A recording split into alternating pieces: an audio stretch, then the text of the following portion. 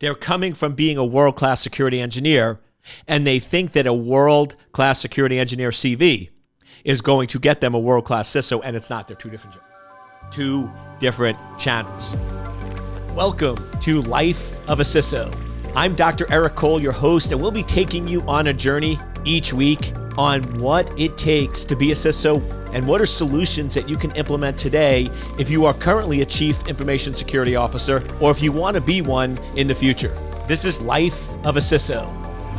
Welcome to this week's edition of Life of a CISO with yours truly, Dr. Eric Cole, where I have one focus and one focus alone, and that is to turn you in to a world-class CISO. We're not about average. We're not about good enough here. I want you to be the best in the world. So we go in and we talk about all aspects, what you need to do to communicate with executives. Last week, we talked about one of the most important fundamental principles that I just want to emphasize, because if you can get this, understand, and master this skill, everything changes for you, not just becoming a world-class CISO, but in every area of your life. First and foremost, every problem is created and every problem is solved with communication. So I would say every single problem you've ever had, any issue, any challenge, always comes down to some level of, and I'll put in brackets, poor communication. Now, poor communication could be too much, too little, right? Not enough. And remember, and this is the part everyone misses, communication is a two-way channel. Listening is part of communication, right? I have this a lot where people are like, I'm a great communicator. No, you're a great talker, right? You're a great speaker. You're not a good listener. So you only have one of the two elements of communication, which puts you at 50%. And even if you're getting 100% of the 50%, right, I think we all agree 50% is not what's going to get you to world class. So I always like going in and jokingly saying, but seriously, there's a reason you're given two of these, 2 ears and 1 mouth, right? You should be using the ears twice as much as you're using the mouth. And all problems are solved with proper, correct communication. So that's sort of one of the key elements. I want to add on that from last week, in that another key attribute of world-class CISOs is 100% responsible for everything happens, which means if you're not invited to the boardroom, if your executives don't like talking to you, if you're not effective at communicating, it's not their problem, it's yours. You accept 100% responsibility. Now, I know some people struggle with this and they give me weird examples and occurrences and go, oh, but Eric, what if the executive isn't listening? Isn't it their responsibility then? It's not my fault if they're not. Well, once again, let's not bring the F word into this. We're not talking fault here, right? We're talking world class. Now, yes, you could say that it's the executive's responsibility for listening. But here's the problem. If you go down that rabbit hole, and it's a dangerous one, don't go there. You're giving up total control. You're basically saying your ability to become world-class is dependent on external people and external variables. And I don't know about you, but I don't like that. I want to be responsible for my life. I want to be responsible for my success, and I want to be responsible for getting what I want. I don't want the fact of whether I do or don't accomplish something or become world-class is dependent on other people making decisions, because then you've given up all control. So in my world, I am 100% in control. So if an executive doesn't listen, it's because I didn't communicate, and I need to adjust and adapt. Because here's what it comes down to. If you're really understanding that executive and you're communicating correctly, then they're going to listen. So notice the difference.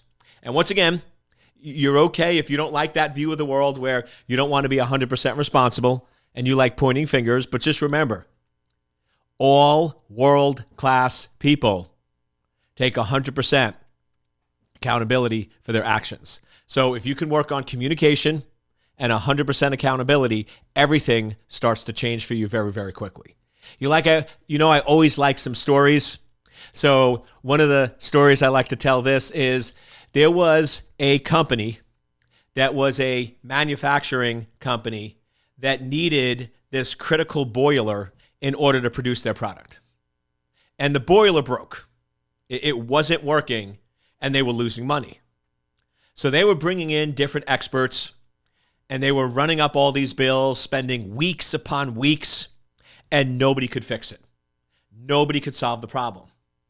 And then somebody said, you know something?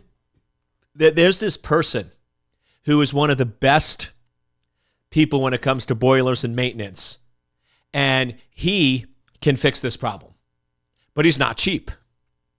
And the executive goes, listen, we've spent so much money, so much time, so much energy on this. It doesn't matter what he costs. I'm sure it's still going to be less if we could just get the boiler fixed. So they went and got a price quote, and he said, $50,000 if I fix the boiler. If I don't fix the boiler, you pay me nothing. But if I fix the boiler, you pay me $50,000.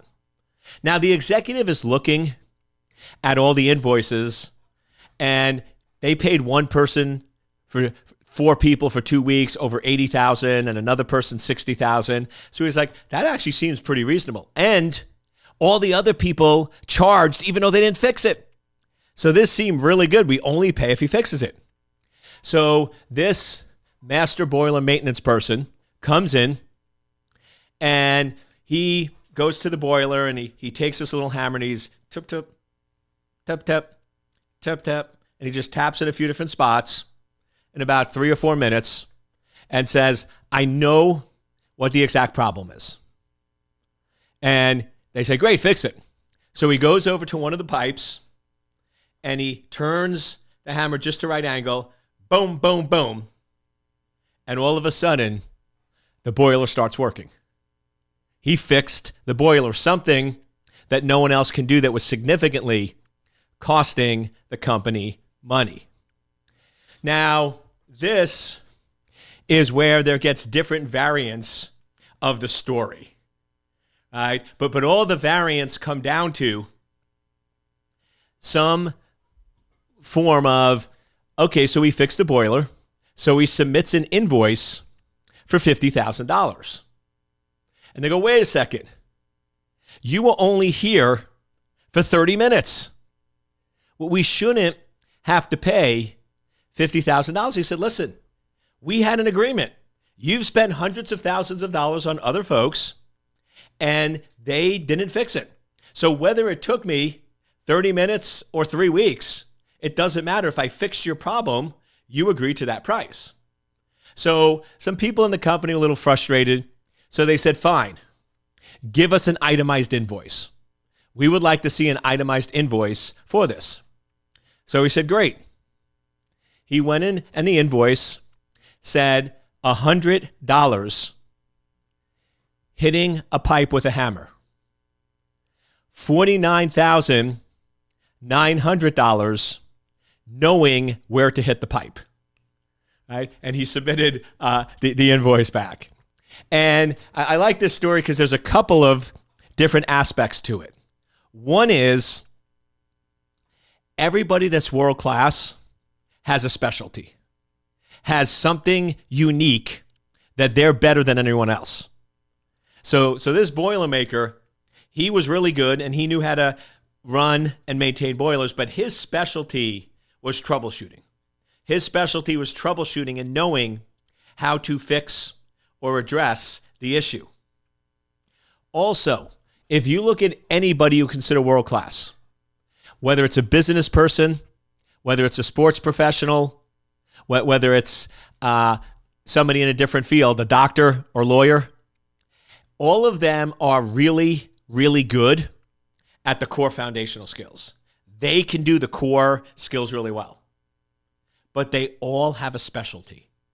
They all have something that makes them unique and better than anyone else, and that's what puts them in the world-class category. It's easy to think of athletes. Almost all world-class athletes are good at the core foundational fundamentals, but they all have a signature move, right? Or a signature play. I remember I grew up in the 80s, And Joe Montana, right, with the 49ers, he was known as the comeback kid, right? His specialty was it didn't matter how many points you were down in the fourth quarter.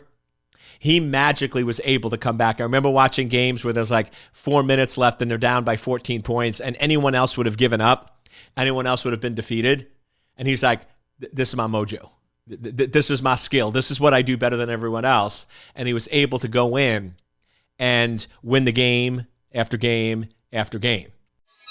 Just want to take a quick break. I hope you're enjoying the show. I have this free webinar that I would love for you to check out if you want to become a World Class CISO. So, what is your unique special skill? And once again, you might not have it today, right? Because you're working towards world class, but you should always be paying attention all the time when you're working and interfacing with clients and doing things. What is the thing that you do with the least amount of effort, that you enjoy, that you tend to do better than anyone else? I would say one of my unique skills is able to explain complex topics to non-technical people in ways that they understand it. I can use analogies. I can break down things into core components. I'm really good at taking complex topics, breaking them into core individual pieces, and then presenting them in a way that somebody can understand. This is why I'm so good at presenting to boards, talking to CEOs, talking to CFOs, because I can go in, understand how they communicate, understand what they want, and be able to present the information exactly what they needed in a way that they can understand it, in a way that they can go in and be able to process it. And then the other piece of the story is, and there's two ways to interpret it. One is some people won't understand your super unique skill. So like there were some people in the company that were like, why are we paying $50,000 for 30 minutes of work? But they're missing the complete point. They spend hundreds of thousands of dollars on other people that didn't fix it. So the time doesn't matter if you fix it. But I say that is there are some people, as you're building companies, evolving and starting, that won't understand or appreciate your superpower. They won't appreciate your purpose. They won't appreciate that unique skill that you do better than anyone else. And that's okay, right? That's fine, right? There's some companies that I do a lot of work with because they appreciate and understand my value, and they don't care about time. They know that they're going to pay 5 times as much and get an inferior product than if they work with me. And whether I can solve their problem in 3 weeks or 3 hours, it doesn't matter. They know it's worth every value. So don't worry as you're growing and building in your career. Everyone might not like you. Everyone might not appreciate you. But you want to find those clients and those companies that understand your unique purpose, your unique skill, that you do better than everyone else. And here's the cool part. When you find them, because you do something better than anyone else with fun, with the least amount of effort, they will pay you a lot of money for that. So I always get, this week I got a lot of questions from CISOs as Eric. How do I go in and make more money? How do I go in and increase my net worth? How can I go in and increase my billable rate? And that's my answer. Find your unique special skill. Find the thing that you do better than anyone else and focus on delivery in that specific area. Right now, once again, it's not about the money, but as I always like to say, it's not about the money. Right? One of the things I always say to people that usually ends the argument pretty quickly is if you don't think money buys happiness, you haven't given enough of it away. Do you know how happy it makes me when I can go in and write a check to help other people? Do you know what it's like in December 21st to go to an orphanage and they're not able to buy any presents for those kids did nothing wrong to deserve that life they have. And because you've done so well and made so much money, you can write a check that basically gets multiple gifts for every one of those kids. If that doesn't make you happy, right, I don't know what else does, right? So the trick here is I want to do very well and make lots of money, not so I can buy me lots of things. Now, yes, some toys are nice, but it's so I can help more people. I can give back to others. So to me, people that have a bad relationship with money, it's because they misunderstand it. The reason why you want to make a lot of money is so you can give a lot of it away, so you can help other people. And to me, helping other people is where true happiness comes from. By the way, I'm not sure why I went there. That wasn't my plan. I always have an agenda before I start these calls, but I also listen, right, to the voice and the energy, and it sort of took me there. So that's where I went. Just somebody out there might have needed to hear that, so I just wanted to sort of pass that on. Now, when we get to the second piece of the show, because I always like doing a little motivation component, is we now get in to being a world-class CISO. Now, many people that I talk to want to become a CISO. I'd love to hear posts below what category you fit under. Are you somebody who is brand new to security and IT and you want to start building the skill sets and you want to be a CISO in 5 years? Are you somebody that would like to get a CISO position in the next 6 to 12 months? Or are you somebody who is a CISO that wants to go to the next level? Just from the talks, the conversations, and the previous posts, my guess is 80% of you are in that middle category of you'd like to be a CISO over the next 6 to 12 months. So I'm putting together a mini course because we have our CISO cert, which 6 months gets you where you want, but it's sort of a higher end program because it has a lot of components and a lot of pieces to it. So we're putting together a lower price course. I don't know the exact price, but you can just reach out to us. That's going to be focused solely on what are the core things you need to do to become a CISO, to get a CISO job. Because it really is very strategic and systematic. This is not complex. I have done it over and over and over again, where I have taken people that have even tried to get a job and couldn't, or just have never stepped over the line to actually applying for jobs. And once again, if you put in the energy and effort, I've made it happen in 3 months. If you have some limiting beliefs there that I have to fix and sort of get you better and get rid of, it could take 4 to 5 months. And if you fight me the entire way, then it could take 6 to 9 months because I just got to get you to stop fighting me. But the point is, every one of you listening to this is absolutely CISO material, and every one of you can become a CISO. So if you're interested in that course, just email me.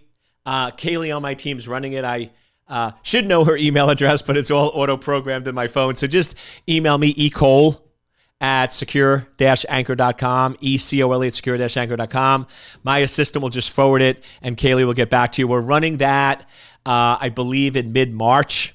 So if that's something of interest to you, it's going to be great. It's going to be live, interactive. That's what makes it so special, is it's going to be interactive. Most of it is going to be Q&A, interactive coaching, because once again, I'm going to tell you the basic steps right here. I'm all about giving you free. If you want to do it yourself, I'm awesome with that. I mean, I want to help people. My mission and purpose, the reason why I'm on this planet, is to make cyberspace a safe place to live, work, and raise a family. I am here to help people.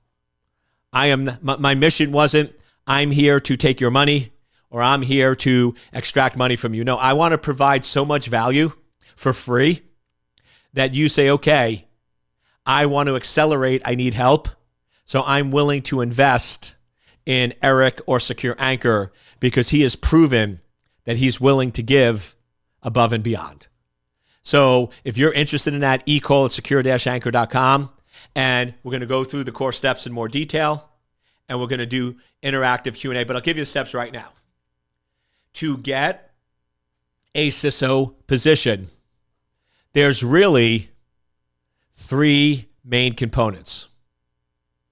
There's a resume component, getting in the door. There's a interview component, keeping the door open. And then there's a third component of closing the deal or shutting the door. Now, I know most people, when they say, oh, if the door was shut on me, they mean that they didn't get the job. But my difference is this. I'm going to show you how to open the door. I'm going to show you how to walk through the door. And then I'm going to show you how to shut the door behind you so you're inside. And the reason why you want to do that is you want to make sure that there's going to be multiple candidates. In most cases, I'm just being honest with you. Remember, I love and I care about you. I'm not trying to get anyone upset. But in most cases, if this is your first CISO position, where you've never had a CISO position before, there are going to be other candidates that are equal or better than you. Because there's going to be other candidates that have similar skills, and there might even be somebody who's been a CISO before. So you have to be able to differentiate from the crowd. You have to be able to pull ahead when needed to close that deal. But before I get too ahead of myself, and we're going to go into a lot more detail in the live, I forget what we're calling, I guess, master session or masterclass on getting a job as a CISO, that the problem is most people never even get there. Most people don't ever get past the opening the door stage because they are basically doing the definition of insanity. Doing the same thing over and over and over and over and over and over and over again, expecting different results. If you're not getting the interview, if you've put out your CV or resume to 20 positions and you have not gotten any interviews or less than 10% interviews, you have a bad, ineffective CV. It's really that simple, which means if you keep submitting your bad CV, you're going to keep getting bad results, and you're eventually going to get frustrated, disgruntled, and your subconscious mind is going to start convincing you that you are not CISO material. And that is far from the truth. It's not that you're not CISO material. It's that you're not showing the world your CISO material. The CV and resume has one purpose and one purpose only: to get you the initial interview. You are a stranger. They don't know you. You are submitting a CV. That CV decides whether you get an interview or not. It's that simple. So if you're not getting the interviews, there's only one component that's wrong, and it's not you, it's your CV. Your written description, now get this, your written description of what you're capable of for the job is misaligned with your true capabilities. Because you're most likely submitting a technical CV for a technical position. You're not highlighting your strategic executive skills. Therefore, because the only criteria the company has for making a decision is that CV, and if that CV doesn't show the real skills that you have, you're not going to get the interview. So I always tell everyone it's real simple, because people will send me their CV and say, can you look at it? Can you examine it? And my response is yes, no. Like, what do you mean? I'm like, I could, I won't, because that's not a good criteria. I want to see whether it's working. I can give you opinions, but it might work. It might not.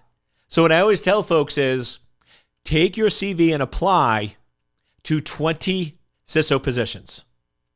Oh, but Eric, I'm not ready yet. Who cares? Even if you want to look for a job in 9 months, so you apply for a job now, those jobs are going to be filled. It's not going to hurt you. Applying for a job and not taking it doesn't hurt you at all. Applying for a job and not getting an interview doesn't hurt you. It just means you weren't right fit. So wherever you're at right now, if you want to be a CISO, we need to understand and know the data. And one of my big components is let data drive decisions, not emotions. So take your current CV, go out to the job searching sites and apply for 20 CISO positions. If you're getting more than 15 callbacks for interviews, you have a pretty darn good CV, right? You don't need my help here. You're good. You're good. Now, just so we're clear, that's probably going to be less than 1% of you. That's very rare, but it could happen. If you're getting 8 to 10 interviews, okay, it's okay. I could help you. We can tweak it. We can adjust it. Most of you, and don't get mad, because most of you were never taught how to write a executive level CV. And that's one of the things I'll teach you in the course, but I'll also give you a little bit now, is most of you are going to get less than 5. And if you get 0, it's really bad.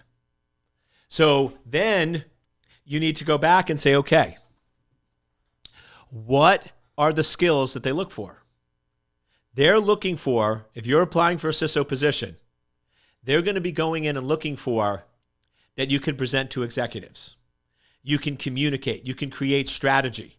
You can go in and manage large teams. You can interact at a business level, and you can translate between technical and business. Most people that are going to CISO the first time are coming from a technical position. They're coming from being a world-class security engineer, and they think that a world-class security engineer CV is going to get them a world-class CISO, and it's not. They're two different channels. So you need to go in, and if you're 5 or below or 0, take that beautiful CV, go to a fire pit, and burn that paper. Start from scratch. But Eric, start from scratch. Here's why. Because if you're getting less than 5 or 0 interviews, it's a bad CV for a CISO. I'm not saying it's bad for other jobs. It's bad for a CISO. So if you have something that's really bad, why would you try to rework something that's bad?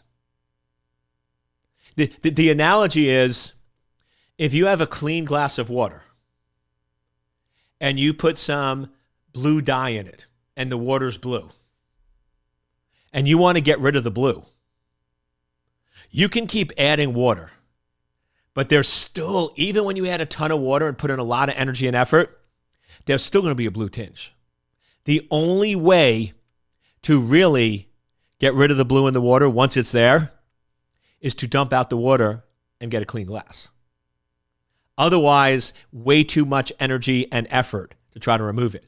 Same thing here. If you have a technical resume and you try to rework it, you're going to end up with a half-good resume.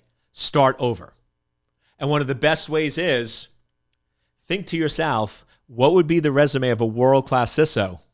And then go in, write it, and then highlight what are the qualities that you have. Then, once you get the interview, then you want to research the company and you want to go in and control the conversation. So you go in for your first interview with the CEO, COO, CFO, anyone. And they usually start off with some generic question. Hey, can you tell us about your background, or tell us about your experience, or this or that? unless it's very specific, like where do you live, anything generic, you take the reins. And you basically say, hey, I appreciate you taking the time. I've noticed that the company this year is going to finish at $3.2 billion revenue with 35% profit margins. Congrats, by the way, because that's a 73% increase over last year. I also know that your company mainly grows through acquisitions. And for the last 4 years, you've averaged 1.6 acquisitions per year. So my guess is you're probably going to make 1 to 2 acquisitions this year. And I believe that cybersecurity is a critical component, and here's why. You could go in and buy the best asset, and I've seen this happen with other clients that I work with. You can buy a company that has great numbers, great margins, but if they are infected with malware or have a high prone for ransomware, they can be an entry point.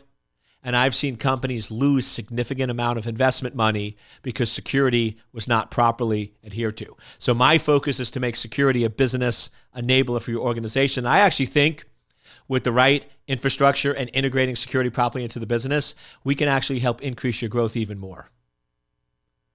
Tell me, if you're a CEO, COO, CFO, are you not going to be impressed with that individual? Are you not going to say, I like this person and they're prepared? And what you have to remember is you're going up against folks that are not doing that, unless they were coached by me. But that's okay. There's plenty of CISO jobs for that. But the point is, you're not going to get that. And it is so true that most people form an opinion within the first 100 to 200 seconds. So if you don't grab those reins and own it, in many cases, oh, but Eric, I fit that in at the end. It's too late.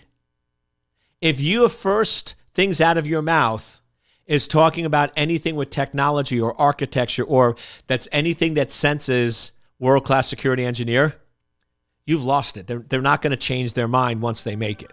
So those are some of the key components. If you'd like to delve more into this, we do have that upcoming course, ecall@secure-anchor.com. I'll get you in touch with Kaylee. She'll hook you up. It's going to be live. It's going to be awesome. It's going to be epic. Thank you so much for joining me on this episode of Life of a CISO, and I look forward to seeing you next week.